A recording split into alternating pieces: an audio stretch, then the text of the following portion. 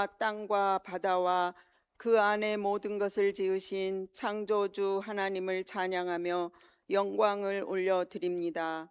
우리가 살아가는 모든 순간순간을 주님의 은혜와 사랑으로 2025년을 잘 보내게 하시고 26년 새해를 저희에게 허락하여 주셔서 새해 첫 수요 예배로 인도하여 주시니 감사합니다.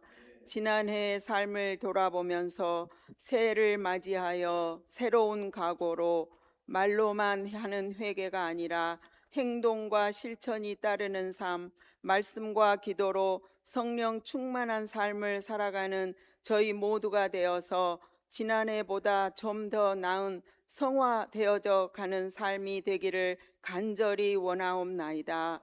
올 한 해 서울 장로교회 공동체에게 주신 그리스도 안에 뿌리를 내리고 새로 세움을 받는 삶이라는 표어를 주셨습니다. 그 말씀을 토대로 가르침을 받은 대로 믿음을 굳게 지키며 감사의 마음이 넘치는 공동체가 되기를 원하옵나이다.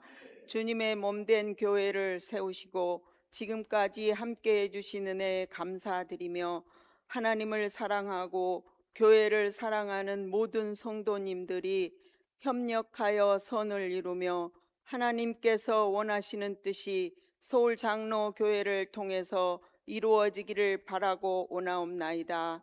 교회를 섬기시는 한상인 담임 목사님과 한혜경 사모님을 비롯하여 신현철 목사님, 김기수 목사님과 안나 김 사모님, 한권희 목사님, 또한 두 분 시무 장로님 맡겨진 사역을 축복하여 주시옵시고 사명 감당하기에 부족함이 없게 힘과 능력을 허락하여 주시옵소서.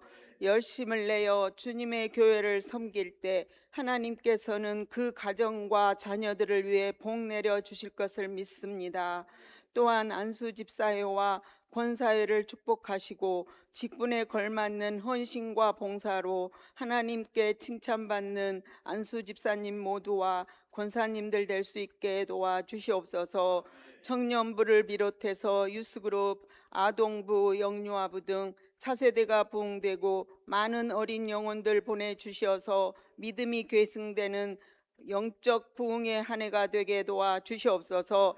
그러므로 아동부 사역자도 보내주시옵소서. 2026년 온가족 새해 특별 새벽 예배가 진행 중에 있습니다. 시간 하나님의 임재를 경험하게 하시고 능력의 말씀으로 은혜 받고 소원의 기도가 응답되는 놀라운 역사가 일어나게 도와주시옵소서. 이 시간 말씀을 전하실 김기수 목사님 성령 충만함으로 덧입혀 주시고 선포되어지는 말씀에 아멘으로 화답하며 복 있는 사람으로 살아가는 저희 모두가 되기를 바라고 원합니다. 저희들의 필요를 채워주시는 하나님 아버지, 육신의 연약함으로 기도하는 성도님들에게 능력의 오른손으로 안수하여 주시고 이로자 되어 주시며 치유와 회복의 은혜를 허락하여 주시옵소서. 또한 여러 가지 자녀 문제로 기도하는 소원의 기도를 들으시고 응답하여 주시옵소서. 예배를 위해 돕는 찬양팀, 방송팀 외에 수고하는 손길들 기억하여 주시고 축복하여 주시옵시며 어제나 오늘이나 동일하게 역사하시는 예수님의 이름으로 감사하며 기도드리옵나이다. 아멘.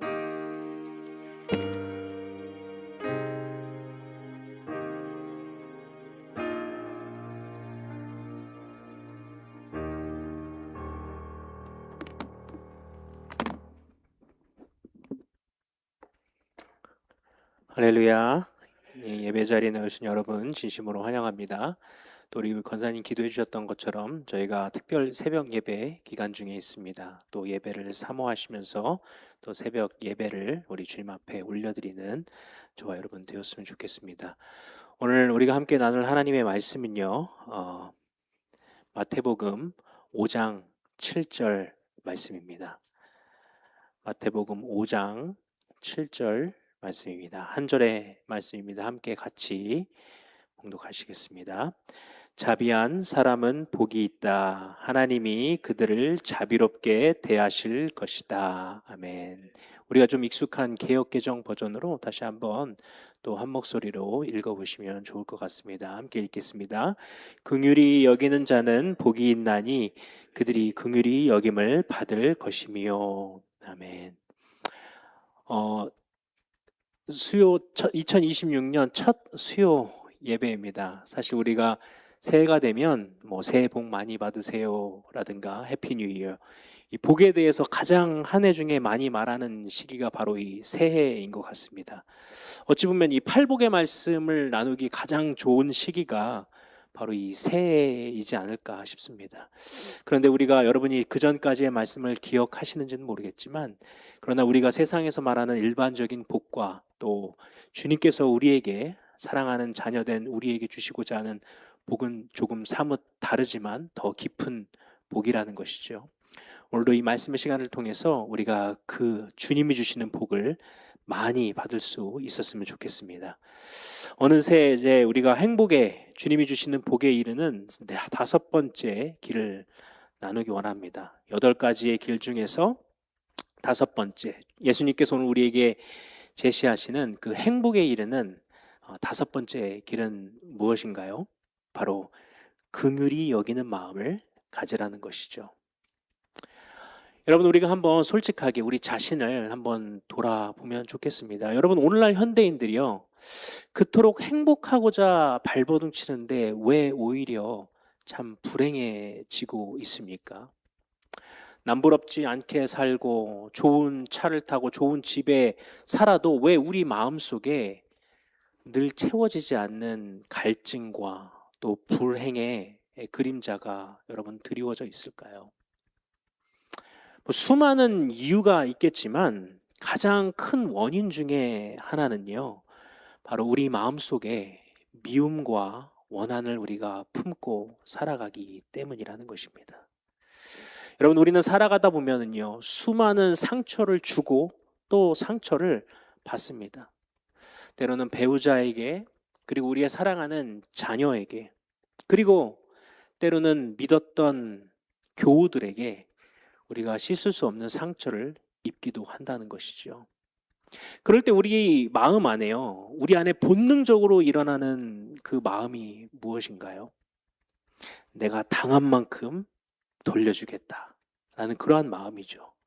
그래서 용서해주지 못하고 끝까지 정죄하고 결국에는 그 사람이 잘못되는 것을 봐야만 내 마음이 속이 시원할 것 같은 그런 마음을 우리가 품는다는 것이죠.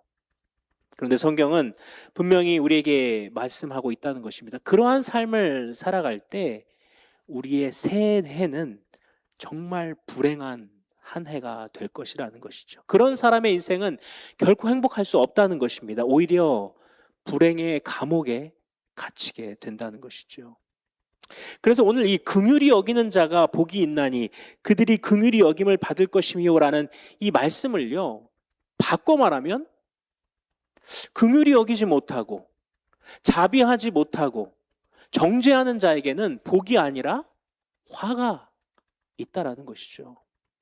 그리고 저들이 그 자신이 자비하지 못한, 긍휼히 여기지 못한 그 정죄함을 도로 받게 될 것이다 라고 바꿔 말할 수 있다는 것입니다. 그러므로 여러분, 참 그 용서받지 못하는 사람도 그 인생도 참 불쌍하지만요, 우리가 누군가를 불쌍히 여겨주지 못해서 그 마음속에 도끼를 품고 살아가는 사람은 더 불행하며 더 불쌍한 사람일 수밖에 없다는 것이죠. 여러분, 근데 우리가 이 사실을 너무나 사실은 다 잘 압니다. 그렇죠? 우리가 이것을 모르는 사람은 없죠. 그런데도 왜 이 미움의 고리, 이 용서하지 못하는 이 고리를 우리가 끊어내지 못할까요? 오늘 이 말씀을 통해서 그 주님께서는 해결책으로 이 긍휼이라는 그 하늘의 그 해결책, 열쇠를 우리에게 보여주신다는 것이죠. 오늘 이 말씀을 우리가 좀 더 그래서 깊이 살펴보길 원합니다. 자, 그러면요, 여러분, 긍휼이라는 건 무엇을 말할까요? 긍휼. 우리가 뭐 긍휼이라는 말을 뭐 사전적인 정의를 모르는 건 아니죠. 그렇죠? 그런데 이 성경이 말하는 긍휼은 조금 다르다는 것입니다. 단순히 조금 성격이 착해서 내가 좀 온순해서 남을 좀 가엾게 여기는 그런 정도의 그러한 긍휼을 말하는 것이 아닙니다. 성경이 말하는 이 긍휼이라는 그 단어 속에는요, 훨씬 더 깊고 그 본능적인 의미를 가지고 있다는 것이죠. 여러분, 이 구약 성경에서 이 긍휼을 뜻하는 히브리어는요, 라하밈이라는 단어를 사용합니다. 긍휼은 라하밈이라는 단어를 사용해요. 그런데 이 단어는요, 흥미롭게도 어머니의 자궁을 뜻하는 레헴이라는 그 단어에서 파생되었습니다. 보통 히브리어는요, 그 세 가지의 그 자음에서 모든 단어들이 다 파생이 되거든요. 그런데 이 라하밈이라는 단어가 어머니의 자궁을 뜻하는 레헴에서 파생되었다는 것이죠. 자, 그럼 이것이 무엇을 의미합니까? 긍휼이라는 건요, 마치 어머니가 이 자궁 속에 있는 그 자녀를 생각할 때 느끼는 그 본능적이고도 그 강렬한 사랑을 말한다는 것입니다. 여러분, 한번 생각해 보십시오. 자녀가, 특히 여기서 어머니 혹은 여성분들, 자녀가 이 뱃속에서 태동을 하죠, 그렇죠? 발길질을 해서 막 엄마를 고통을 주고, 막 그 안에 자녀, 이 뱃속에 있는 아이 때문에 물도 마시지 못하는 그러한 통증을 준다고 한들 그 어미는요, 그 자녀를 미워할 수 없죠. 아이가 오히려 아프면 그 어머니의 그 뱃속이 그 자궁으로 연결되어 있기 때문에 마치 그 어머니의 뱃속이 먼저 뒤틀린다는 것입니다. 여러분, 우리가 자녀를 양육하다 보면 공감하는 사실이 뭐냐면요, 우리가 엄마와 아빠가 우리의 자녀들을 똑같이 사랑한다고 하지만 사실은 그 아빠가 아이를 대하는 그 사랑과 엄마가 아이를 대하는 그 사랑은요, 조금은 결이 다를 수밖에 없는 것 같습니다.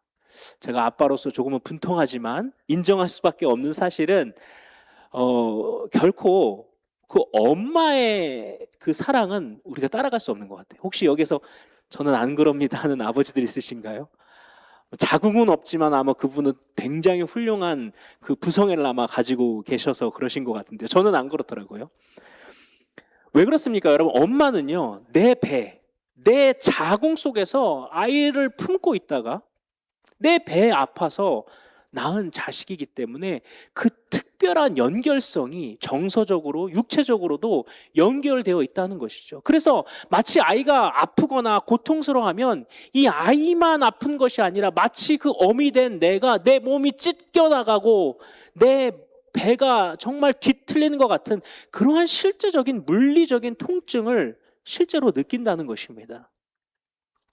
자, 무슨 말이냐면 이 성경이 말하는 긍휼, 그 어머니의 자궁에서부터 파생된 이 라함이라는 이 긍휼은요, 단순히 그냥 머리로 아이고 저 사람 참 안 됐네라고 여기는 그런 값싼 동정이 아니라 그 상대방의 비참함과 그 아픔이 마치 내 창자를 끊어내는 것 같은 그 동일한 아픔으로 전이되는 것, 혹은 공감되어지는, 상대방의 그 아픔이 정말 마치 내 아픔처럼 그 공감되어지는 그 상태가 바로 긍휼이라는 것이죠.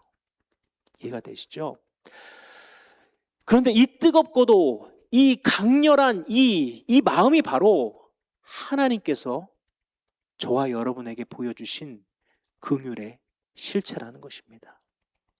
여러분, 우리가 하나님 앞에서 어떤 존재였습니까? 하나님을 배반하고 내 욕심대로, 내 죄악대로 살다가 그 죄의 결과로 비참한 죽음을 맞이할 수밖에 없는 그러한 존재들이었지 않습니까? 법과 정의, 의의 잣대로만 보면 우리는 심판을 받아 마땅한 존재였다는 것이죠. 그런데 하나님께서는 어떻게 하셨습니까? 우리를 그 의의 눈, 그 재판관의 눈으로만 우리를 바라보신 것이 아니라 그 어머니 자궁에 같은 긍휼의 눈으로 우리를 바라봐 주셨다는 것이죠. 우리가 죄 가운데 신음하며 죽어가며 아파하는 것을 볼 때 하나님의 뱃속이 먼저 뒤틀리셨고 하나님의 창자가 먼저 끊어진 것 같은 그 아픔을 느끼셨다는 것입니다. 그리고 그 긍휼, 그 아픔의 그 결과가 무엇입니까? 바로 하나뿐인 아들 예수 그리스도를 이 땅에 보내주신 것이죠. 우리의 고통을 당신의 몸으로 직접 담당하게 하시고 우리를 죽음에서 건져내 주셨다는 것입니다. 이것이 바로 하나님께서 우리에게 베풀어 주신 긍휼의 역사라는 것이죠. 그러니까 이 긍휼은요, 하나님의 본질적인 성품이에요. 하나님은 곧 긍휼의 하나님이시라는 것입니다. 성경에도 보면요, 고아와 가부를 긍휼히 여기시는 하나님, 그 긍휼이 풍성하신 하나님, 그 하나님의 성품 자체가 긍휼의 하나님이라는 것이죠. 여러분, 우리가 지난 시간에 의에 줄이고 목마른 자를 묵상했습니다. 이 의라는 것이 또한 하나님의 성품인 것이죠. 어떠한 하나님의 거룩하고 의로우신 이 의가 하나님의 성품이라면 동시에 오늘 우리가 배우고 있는 이 긍휼 또한 하나님의 핵심 성품이라는 것이죠. 여러분 한번 상상해 보시면 좋을 것 같습니다. 만약 하나님이 의롭기만 하시고 긍휼이 없으시다면 어떻게 되겠습니까? 그러면 하나님께서 우리에게 그 하나님이 얼마나 엄격하고 무서운 하나님일까요? 우리가 실수할 때마다 그 잣대를 들이고 대고 어떤 심판의 채찍을 드시는 그러한 재판관일 뿐일 것입니다. 반대로 하나님이 우리를 불쌍히만 여기시고 그분에게 의가 결핍되어 있다면 어떻겠습니까? 우리를 향한 그분의 자비는요, 어떠한 기준도 없고 무게감도 없는 그냥 나약하고 감상적인 동정에 불과했을 것이라는 것이죠. 그런데 우리 하나님께서는 의로우시며 동시에 긍휼히 여기시는 하나님이신 줄로 믿으시기 바랍니다. 이것이 우리가 믿는 그 하나님의 위대하심이라는 것이죠. 그래서 에베소서 2장 4절은 이렇게 선포합니다. 긍휼에 풍성하신 하나님이, 긍휼에 풍성하신 하나님이 우리를 사랑하신 그 큰 사랑을 인하여.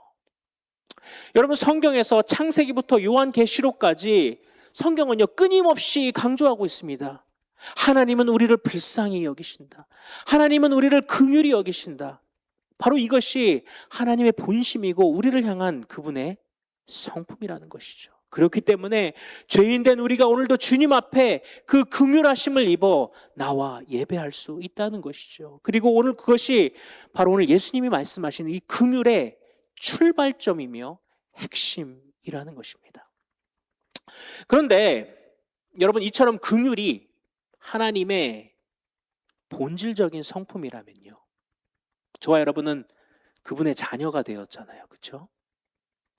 그분의 자녀된 우리 또한 마땅히 이 성품을 닮아가야 한다는 것이죠. 마치 자녀가 부모를 닮아가는 것이 자연스러운 이치인 것처럼 하나님의 선택을 받은 우리는 그분의 성품을 우리 인격 안에 담아내도록 부르심을 받고 지음을 받았다라는 것이죠. 그래서 사도 바울은요 골로새서 3장 12절에서 이것을 아주 구체적인 비유로 우리에게 설명해 주고 있습니다. 골로새서 3장 12절 말씀입니다. 우리 한번 같이 읽어보실까요? 그러므로 너희는 하나님의 택하신 거룩하고 사랑하신 자처럼 긍휼과 자비와 겸손과 온유와 오래 참음을 옷 입으라. 아멘. 여러분 사도 바울이요, 바울 사도가 이 성도가 입어야 할 신앙의 수많은 옷들이 있다라고 우리에게 소개하고 있습니다. 그런데 그 중에서 가장 첫 번째로 강조한 것이 무엇입니까? 바로 긍휼의 옷이라는 거예요. 긍휼의 옷을 입으라라는 것입니다. 우리가 하나님께 선택을 받았고 그분께 말할 수 없는 사랑을 우리가 받는 존재라는 사실을 저와 여러분이 인정하고 그것을 정말 믿는다면 우리는 이제 삶의 태도를 바꿔야 한다는 것이죠. 우리는 그동안 남을 판단하고 비판하는 정죄의 옷을 즐겨 입었습니다. 저 사람은 왜 저럴까?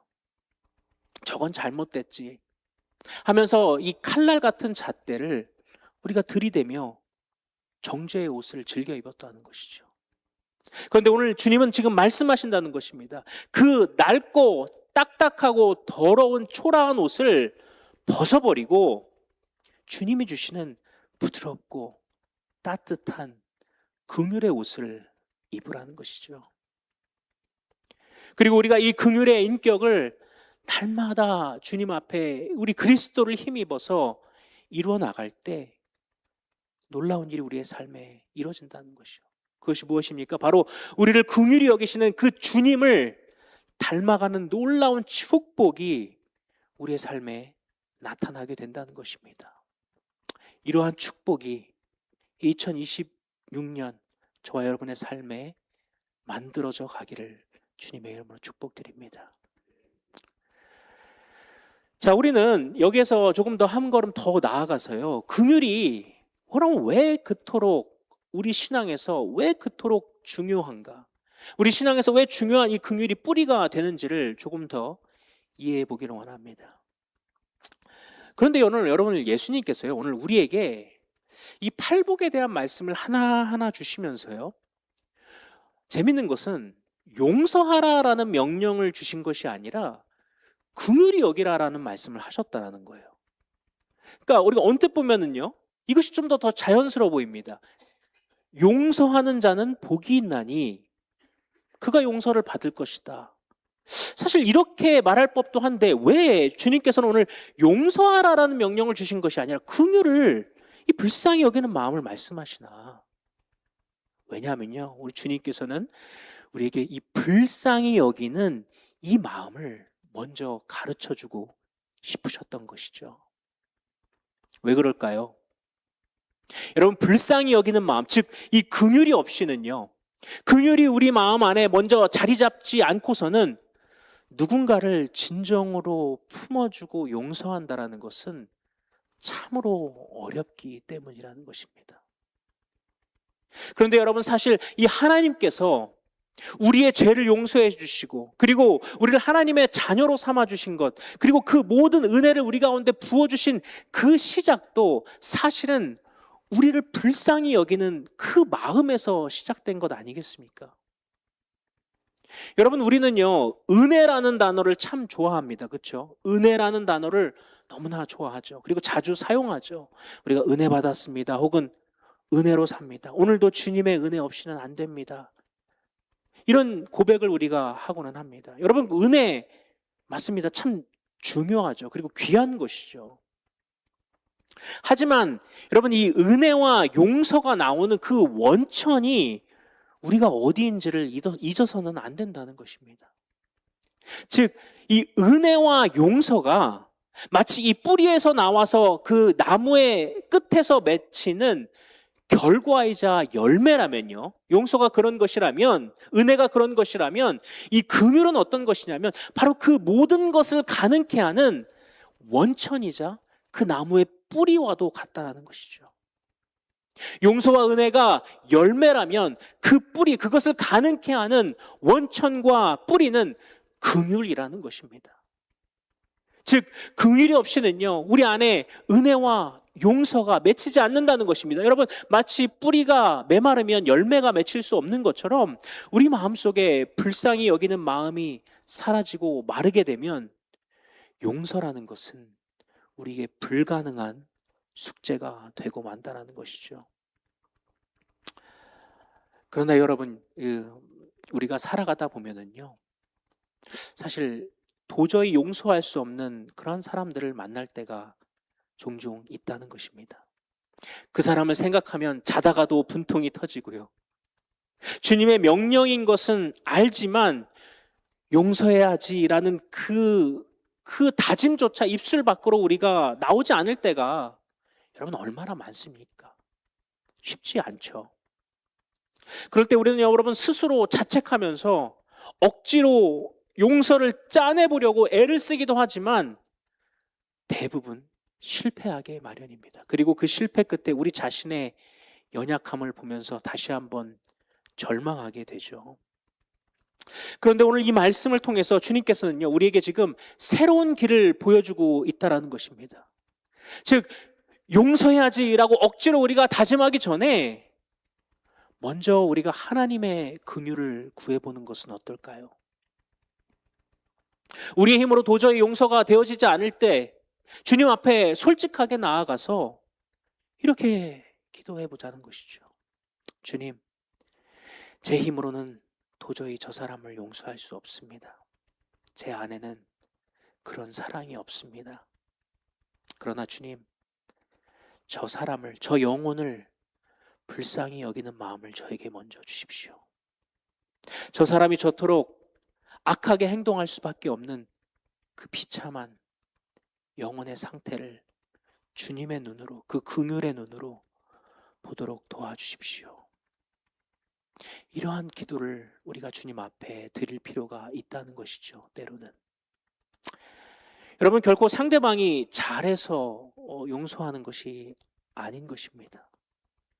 오히려 상대방이 그 죄의 종로로 타면서 비참하게 살아가는 그 모습이 너무 안타까워서 내 안에서 불쌍히 여기는 그 마음이 조금씩 싹트기 시작할 때 비로소 굳게 닫혔던 그 용서의 문이 서서히 열리게 되는 것과 같다라는 것입니다. 그리고 이 긍휼의 뿌리가 우리의 심령 깊은 곳에 그리스도 안에서 내려지기 시작할 때 비로소 은혜라는 풍성한 열매가 우리 삶에 자연스럽게 맺히게 될 줄로 믿습니다. 그러면 여러분, 오늘 이 예배 시간을 통해서 주님 앞에 우리가 나아가 기도할 때요, 나를 불쌍히 여기셨던 그 하나님의 긍휼을 우리 마음속에 먼저 가득 채워달라고 기도할 수 있는 저와 여러분이 되시기를 간절히 소망합니다. 또한 몇 가지 우리가 이 왜 긍휼을 우리가 베풀어야 하는지 몇 가지 이유를 더 살펴보기를 원하는데요. 바로 하나님께서 우리가 긍휼히 여길 때 하나님의 긍휼을 계속 입을 수 있기 때문인 것입니다. 자, 오늘 본문 말씀을 다시 한번 우리가 살펴보면 이렇게 얘기합니다. 긍휼히 여기는 자는 복이 있나니, 그 복이 뭐예요? 그들이 긍휼히 여김을 받을 것이라는 것이죠. 즉 우리가 그렇게 다른 이들을 긍휼히 여기고 긍휼을 베풀고 불쌍히 여길 때 어떻게 한다는 것입니까? 하나님께서도 우리를 계속해서 불쌍히 여겨 주실 것이라는 것입니다. 그런데 여러분, 이거를 바꿔 말해서 거꾸로 생각해 보면은요, 참 두려운 말씀이기도 합니다. 우리가 타인을 불쌍히 여기지 않는다면 하나님께서도 우리를 향한 그 긍휼의 시선을 거두어 가실 수도 있다라는 뜻이 되기 때문에 이 말씀은 동시에 무서운 말씀이 되기도 한다는 거예요. 하나님께서는 우리에게 그 말할 수 없는 그 은혜와 긍휼을 베풀어 주셨는데 우리가 그 은혜를 잊어버리고 이웃에게 무자비하게 대한다면 주님은 그 긍휼을 되찾아 가실 수도 있다라는 사실을 성경은 우리에게 분명히 보여주고 있습니다. 그것을 우리가 대표적으로 배울 수 있는 예가 바로 예수님께서 마태복음 18장에서 이 원리를 아주 명확한 비유로 가르쳐 주셨어요. 여러분, 1만 달란트 빚진 자의 비유 잘 아시죠? 어땠습니까? 1만 달란트 빚진 사람을 그 주인이 그 빚을 탕감해 주었습니다.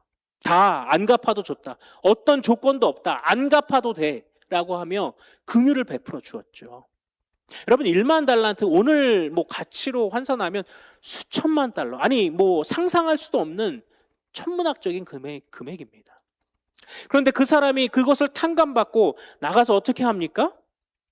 자기에게 고작 100데나리온 빚진 그 친구의 멱살을 잡고 너 이거 왜 안 갚아 하면서 감옥에 가두어 버립니다. 여러분, 100데나리온은요 1만 달란트에 비하면 정말 아무것도 아닌 적은 금액입니다. 근데 그 소식을 들은 주인이 어떻게 반응했습니까? 노하여서 그를 다시 불러서 감옥에 집어넣었습니다. 즉, 이 주인이 베풀었던 그 긍휼과 그 용서와 그 은혜를 거두어가 버린 것이죠.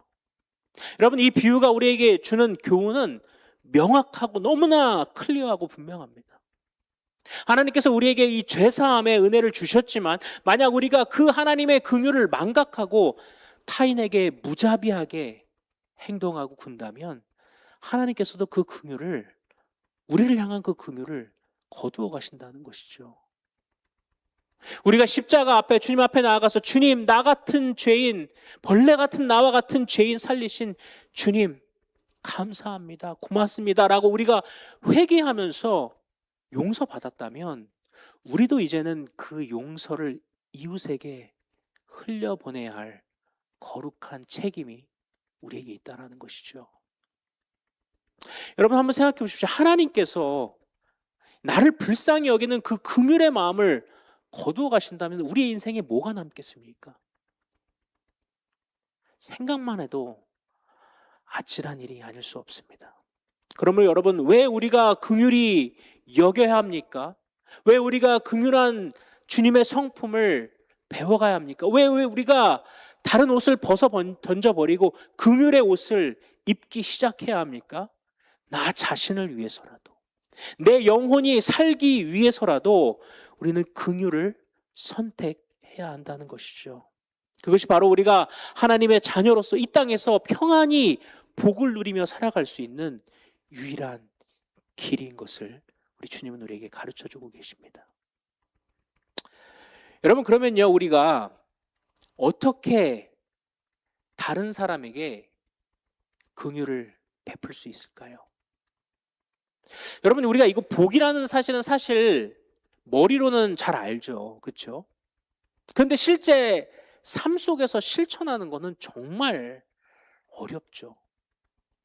우리 힘만으로는 도저히 불가능해 보일 때가 참 많습니다.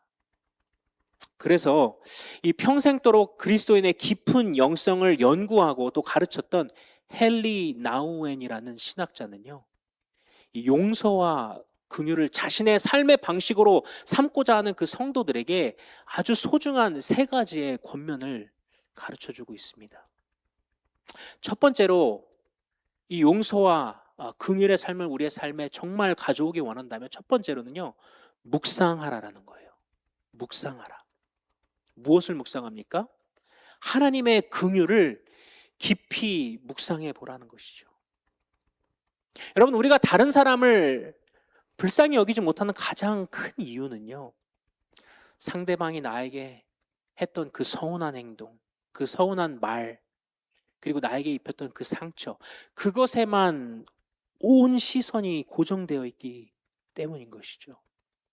그 일이 내 눈앞을 꽉 채우고 있으니까 다른 어떤 것도 보이지 않는 것입니다. 그 순간에 이 헨리 나우에는요, 시선을 돌려서 하나님을 바라보라, 그리고 하나님을 묵상하라라고 가르쳐주고 있습니다. 하나님이 나를 향해 어떻게 긍휼을 베푸셨는지, 나를 향해 어떻게 불쌍히 여기셨는지를 먼저 기억해 보라라고 권하고 있다는 것이죠. 그렇습니다, 여러분. 우리가 우리의 삶을 묵상하다 보면요, 하나님께서 내 인생길에서 그 구비마다 얼마나 몇 번이나 하나님께서 나를 불쌍히 여겨주시고 긍휼히 여겨주셨는지, 내가 무너졌을 때마다 주님께서 얼마나 큰 은혜로 나를 다시 세워주셨는지, 그것을 깊이 생각해보고 묵상하라는 것이죠.